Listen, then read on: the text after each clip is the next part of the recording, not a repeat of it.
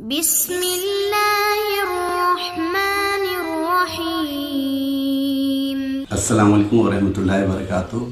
میری پیارے پیاری نبی کی پیاری پیاری امت کو، پورے عالم اسلام کو آج اسلام کی فتح مبارک ہو۔ اتنی بڑی فتح ہے، یقین کریں اتنی خوشی ہے کہ ساری رات ہم لوگ سب اور آپ لوگ سب بھی سب جاگتے رہے اور سوچتے رہے کہ آج کیا ہوگا، دعائیں کرتے رہے ایران کے لیے، کیونکہ انہوں نے ڈرایا وہ بہت تھا۔ یہ لوگ کہہ رہے تھے کہ ہم ایٹمی دھماکہ کر دیں گے، یہ کر دیں گے، وہ کر دیں گے، مگر ہمت نہیں تھی۔ میں آپ کو بتا دوں، ہم لوگ تو دعائیں کرتے رہے اپنی جگہ پہ، لیکن پاکستان نے بہت بڑا کردار ادا کیا۔ اس کو ہمیں جو ہے اس بات پہ بہت خوشی کا اظہار کرنا چاہیے کہ ہمارا سر فخر سے بلند کیا ہمارے حکمرانوں نے، ہمارے فیلڈ مارشل صاحب نے۔ بالکل اس کے اوپر ان کی داد بنتی ہے، بالکل ضرور بنتی ہے۔ لیکن سلسلہ پتہ ہے کیا ہے جو مجھے پتہ چلا؟ رات بھر میں مختلف اینکرز کے پروگرام سنتا رہا، تو اس سے میں نے اندازہ یہ لگایا کہ اصل میں امریکہ خود چاہ رہا تھا کہ کوئی بیچ میں پڑے اور معاملہ جو ہے یہاں پہ رک جائے۔ میری عزت، اصل میں اس کو فیس سیونگ چاہیے تھی، وہ یہ چاہ رہا تھا میری عزت بچے، اور یہ نہ ہو کہ جس طرح ہم لوگ سب ہی کہہ رہے تھے کہ جس طرح ابابیل کے لشکر نے اتنی بڑی اپنے وقت کی، ابرہہ اپنے وقت کی سپر پاور تھا، تو اب ابرہہ کو اللہ نے کس سے ختم کیا؟ چھوٹے چھوٹے کنکنوں سے، جو چھوٹے چھوٹے پرندے ابابیل لے کے آئے تھے۔ یعنی اتنی بڑی طاقت جو ہاتھیوں کے ساتھ آیا تھا۔ ہاتھی اس وقت کے سمجھیں بڑے بڑے ٹینک تھے، ان کے اوپر بیٹھ کے وہ آیا تھا، وہ سپر پاور تھا اس وقت کی۔ مگر کیا ہوا؟ اللہ نے چھوٹے چھوٹے پرندے بھیجے جن کی چھوٹی چھوٹی چونچوں میں چھوٹے چھوٹے سے کنکر تھے، اور ہاتھیوں کو اس طرح کرتے تھے جیسے کھایا ہوا بھس، جن کو سجیل کہا جاتا ہے نا۔ سجیل یہ میزائل بھی بنایا ایران نے، پھر انہی کے اوپر نام رکھا۔ تو اچھا، پھر اس کے علاوہ اگر آپ آگے اس سے بھی پہلے دیکھیں گے تو نمرود کو دیکھ لیں۔ نمرود کتنی بڑی اپنے وقت کی طاقت تھی، وہ بھی اپنے وقت کی سپر پاور تھا۔ ایک مچھر چھوٹا سا، کیا یعنی کتنا حقیر کیڑا ہے مچھر، کتنا حقیر جاندار ہے مچھر۔ اس مچھر نے نمرود کا قلعہ خامہ کر دیا، اس مچھر نے نمرود کو واصل جہنم کر دیا۔ خود اپنے سر کے اوپر وہ جوتے لگوایا کرتا تھا۔ کتنی ذلت اللہ نے اس کو بخشی۔ اسی طرح فرعون کے ساتھ ہوا۔ فرعون بھی اپنے وقت کی بہت بڑی طاقت تھا، وہ بھی اپنے وقت کی سپر پاور تھا، مگر کیا ہوا؟ ایک چھوٹی سی لہر نے اس کو ڈبو دیا۔ تو یہ اللہ کا قانون ہے کہ اللہ جب کسی کو ذلیل کرنا ہوتا ہے، جب کسی بڑی طاقت کو جس کو غرور آ گیا ہو، جب اس کو ذلیل کرنا ہوتا ہے تو چھوٹی سی طاقت سے ذلیل کر دیتا ہے۔ جب ایران اور امریکہ کی جنگ شروع ہوئی تھی تو سب یہی کہہ رہے تھے کہ امریکہ کے سامنے ایران تو کچھ بھی نہیں، ایران کے پاس وسائل ہی نہیں ہیں، یہ تو ایک دن کی جنگ ہوگی۔ اور امریکہ بھی یہی کہہ رہا تھا کہ ایک دن کے اندر، 24 گھنٹے کے اندر بلکہ چند گھنٹوں کے اندر ہم ایران کو اس جگہ پہ پہنچا دیں گے کہ آئندہ یہ کبھی کسی سے جنگ کرنے کی، کیا جنگ کی بات کرنے کے بھی قابل نہیں رہے گا۔ لیکن آپ نے دیکھا کہ ایران نے پھر ان لوگوں کو کیا حشر کیا کہ انہوں نے پہلے تو کتنا 48 گھنٹوں کا وقت دیا۔ پہلے تو یہ کہہ رہے تھے 24 گھنٹوں میں ختم ہو جائے گی، پھر 48 گھنٹوں کا وقت دیا جنگ بندی کا، پھر اس کو 4 دن تک لے گئے، پھر اس کے بعد میں 10 دن تک لے گئے۔ پھر انہوں نے اب جو ہے 10 دن کا کرنے کے بعد وہ یہی چاہ رہے تھے کہ کوئی بیچ میں پڑے اور معاملہ رفع دفع کرائے، ورنہ تو ہماری ذلت سب کے سامنے آ جائے گی اور سب کو پتہ چل جائے گا کہ اب ہم سپر پاور نہیں رہے ہیں۔ اچھا، جنگ سے ایک چیز اور یقیناً آپ لوگوں نے سیکھی ہوگی اس جنگ سے۔ وہ کیا چیز آپ نے سیکھی؟ وہ سیکھی آپ نے ہمت۔ کتنی بھی بڑی طاقت ہو، ایرانی قوم نے وہ ہمت دکھائی۔ یقین کریں آج جہاں پہ وہ امریکہ کہہ رہا تھا نا کہ یہاں پہ جو ہے نا ہم لوگ اٹیک کریں گے پلوں کے اوپر اور ایٹمی تنصیبات پہ حملہ کریں گے، سارے ایرانی اپنے بچوں کو لے کے پل کے اوپر اور ایٹمی تنصیبات پہ پہنچ گئے، اور وہاں پہ انہوں نے ہاتھوں کی زنجیر بنا لی کہ ٹھیک ہے اگر مارنا ہے تو مارو، ہم بھی دیکھتے ہیں کس طرح مارتے ہو تم۔ یہ ہوتا ہے جذبہ۔ آپ یہ دیکھیں دوسری سائڈ پہ دیکھیں تو اسرائیل، جہاں سائرن بجتے ہیں پورا اسرائیل جو ہے نا وہ بنکر سے اندر ہوتا ہے۔ یہ الگ بات ہے کہ ایران کے میزائل بنکرز کو توڑتے ہوئے اندر گئے، ان کو مارے انہوں نے. تو ایک طرف کیا تھا، ایک طرف ہمت تھی، جذبہ تھا، پیسہ نہیں تھا زیادہ، وسائل زیادہ نہیں تھے. دوسری طرف پیسہ، وسائل بہت زیادہ تھے، آئرن ڈوم تھا، اور پتہ نہیں کتنے جو ہے انسیپٹرز انہوں نے لگائے ہوئے تھے. لیکن کیا ہوا، اس کے اندر ہمت نہیں تھی. جب آپ کی ہمت ٹوٹ جاتی ہے، آپ مقابلہ نہیں کر سکتے. تو امریکہ کی ہمت ٹوٹ گئی تھی. اور دوسرے ایسا پاگل شخص آپ دیکھیں، کبھی کچھ کہہ رہا ہے، کبھی کچھ کہہ رہا ہے. یعنی اس سے زیادہ پاگل کیا ہوگا کہ جس کو یہی نہیں پتا کہ آیت اللہ ہوتا کون ہے. وہ کہہ رہا ہے کہ امریکہ کی جو نئی قیادت ہے وہ مجھے، ایران کی جو نئی قیادت آئی ہے وہ مجھے سپریم لیڈر بنانا چاہتی ہے. اس کو یہ نہیں پتا، جاہل کو، کہ سپریم لیڈر کے لیے آیت اللہ ہونا ضروری ہے. اور آیت اللہ ٹرمپ کیسے آیت اللہ بن جائے گا؟ اس کے لیے تو بہت زیادہ علم دین حاصل کرنا پڑتا ہے، سالوں علم دین حاصل کرنا پڑتا ہے. فقہ کی تعلیم ہوتی ہے، حدیث کی تعلیم ہوتی ہے، قرآن کی تعلیم ہوتی ہے، فہم القرآن ضرور ہونا چاہیے، تفسیر آپ کو پوری یاد ہونی چاہیے، ان کے اوپر آپ کے پاس ابحاث موجود ہوں، فلسفہ، منطق، اور کتنے علوم ہیں، اصول فقہ، علم رجال، اتنے علوم ہیں کہ وہ پڑھنے کے بعد پھر آدمی جا کے مجتہد بنتا ہے، آیت اللہ بنتا ہے، عالم بنتا ہے. وہ یہ کہہ رہا ہے کہ اس کو پتہ ہی نہیں، جہالت کی بھی انتہا ہے اس کی.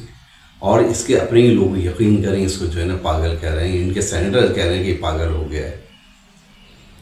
اچھا، جب جنگ شروع ہوئی، آپ نے بھی دیکھا ہوگا، جیسی جنگ شروع ہوئی پروپیگنڈا شروع ہو گیا. اتنا زیادہ پروپیگنڈا، اتنی بکواسیات، یقین کریں. میں اسی لیے کہتا ہوں کہ سنی شیعہ کچھ نہیں ہوتے. امام حسین کی شہادت کے بعد سنی شیعہ نہیں ہوتے کچھ، صرف یزیدیت اور حسینیت ہوتی ہے. اس کی مثال میں آپ کو دے دیتا ہوں کہ یزیدیت کیا ہوتی ہے کہ اسرائیل کی مذمت کرنے کے بجائے ایران کی مذمت کی جا رہی تھی بعض ہمارے یزیدیت کے پرچار کرنے والوں کی طرف سے. میں نہ ان کو سنی کہوں گا نہ شیعہ کہوں گا. یزیدیت کا جو پرچار کر رہے ہیں وہ شکوے کر رہے ہیں ایران سے. آیت اللہ خامنہئی کی شہادت کے اوپر کہہ رہے ہیں کہ ہم اس کو شہادت نہیں مانتے. نعوذ باللہ. ایک کتا مر گیا، ایک شہید کے لیے ایسا کہنا کہ ایک کتا مر گیا، اس کی شہادت تو نہیں ہوئی. یا یہ کہہ رہے ہیں 2 کتوں میں اگر ایک مر جائے تو وہ شہید تھوڑی کہلائے گا. یعنی اتنا جو ہے نا ان کے دماغوں کے اوپر زہر بھرا گیا ہے. یزیدیوں نے، یزیدیت کا پرچار کرنے والے ان کے دماغوں میں اتنا زہر بھر دیا ہے کہ وہ یہ ایکسیپٹ ہی نہیں کر رہے کہ انہوں نے جان کا نذرانہ پیش کیا عالم اسلام کے لیے.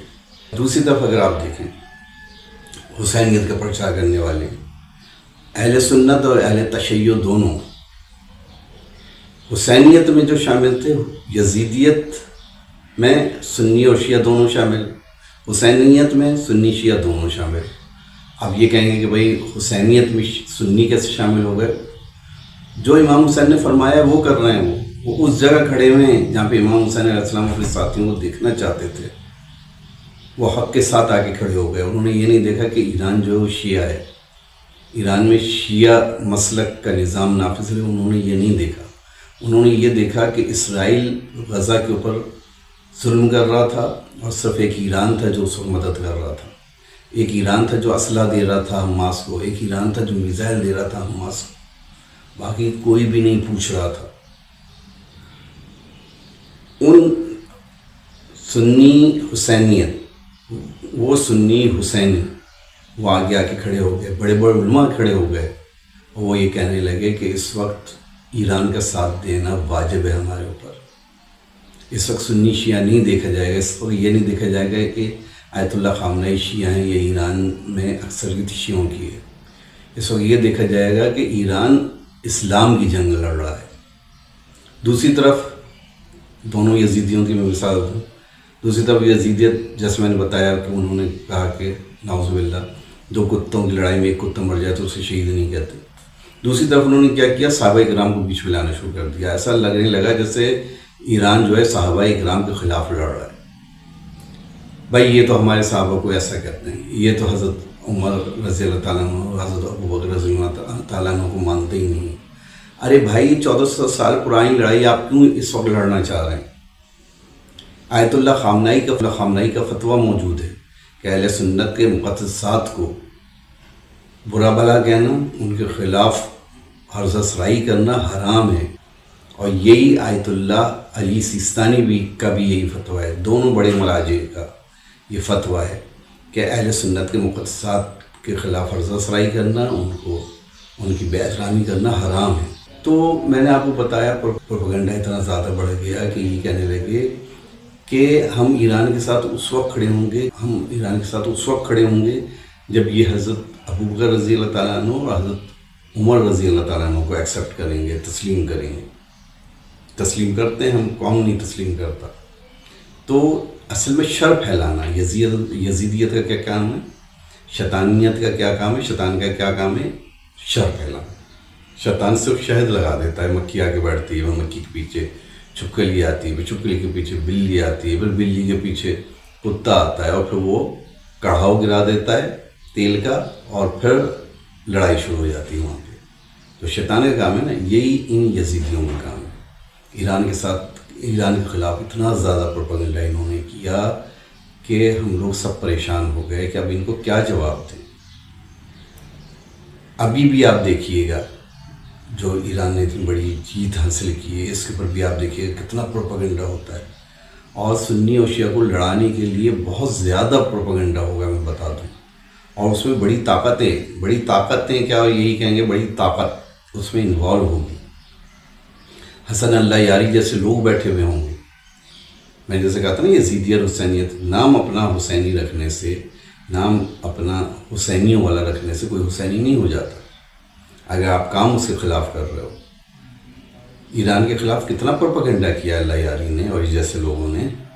میں اپنے پاکستان میں ایسے بہت سے لوگوں کو بتا دوں کہ جو اپنے آپ کو اہل تشیع ظاہر کرتے ہیں، اہل تشیع ہیں، جدی پشتی اہل تشیع ہیں، لیکن ان کے دماغ میں اتنا خناس بھر گیا ہے کہ وہ مملکت اسلامیہ کے خلاف بات کر رہے ہوتے ہیں، وہ آیت اللہ خامنئی کے خلاف، ایران کے خلاف بات کر رہے ہوتے ہیں۔ اور ان میں سے ایک کو میں جانتا ہوں، خیر وہ تو اب واصل جہنم ہو گئے،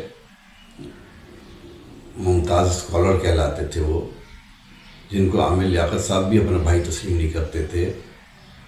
وہ تو یہ کہا کرتے تھے اس زمانے میں، آج سے کوئی 15-20 سال پہلے، کہ میں کہتا ہوں امریکہ سے کہ ایران پر اٹیک کر دی، ایران پہ حملہ کر دی۔ اس زمانے میں کہا کرتے تھے 20 سال پہلے، 15 سال پہلے، کہ امریکہ ایران پہ اٹیک کر دے، امریکہ ایران پہ حملہ کر دے اور قبضہ کر لے اس کے اوپر، اور یہ ملاؤں کی حکومت ختم ہو جائے۔ اب آپ نے دیکھا ملاؤں کی حکومت کا کیا فائدہ ہوا؟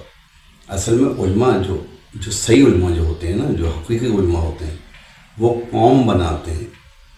آیت اللہ خمینی اور آیت اللہ خامنئی نے ایران کو ایک قوم بنایا ہے۔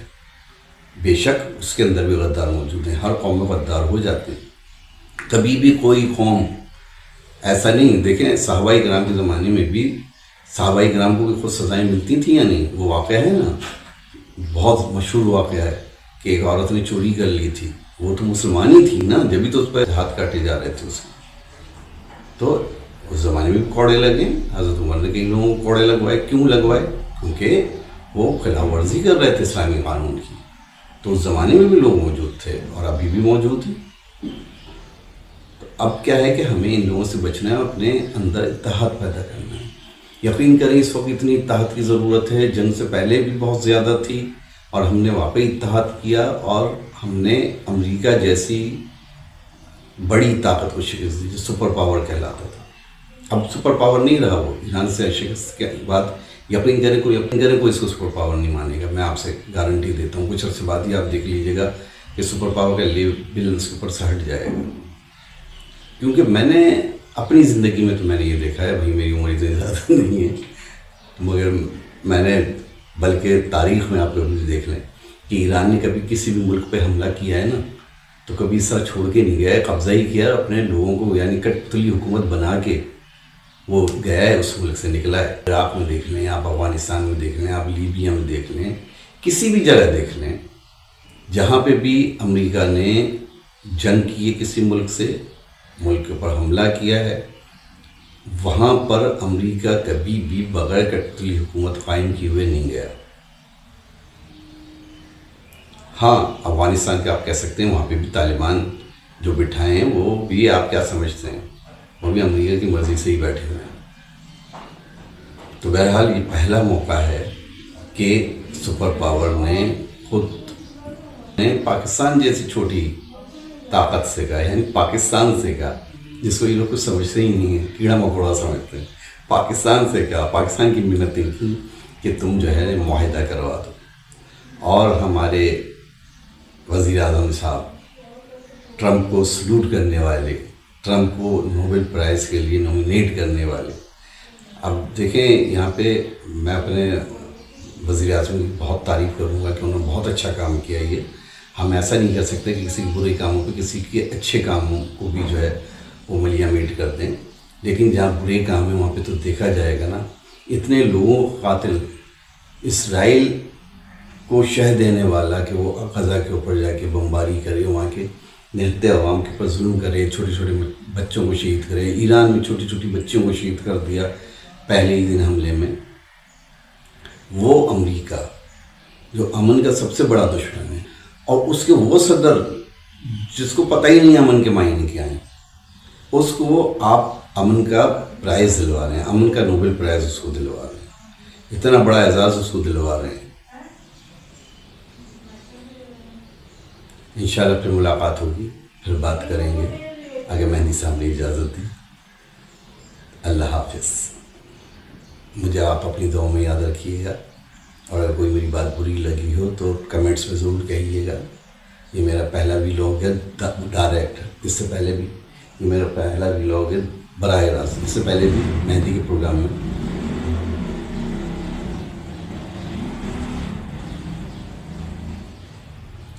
یہ میرا پہلا ویلاگ ہے آپ کے سامنے بیٹھ کے، ورنہ مہندی کے پروگرام جو ہوتے ہیں جو بہت سارے اس نے اسلام اور سائنس کے اوپر کیے ہیں، تو اس میں میری آواز شامل تھی اور میں کئی جگہ آپ کو بات کرتا ہوا بھی نظر آیا.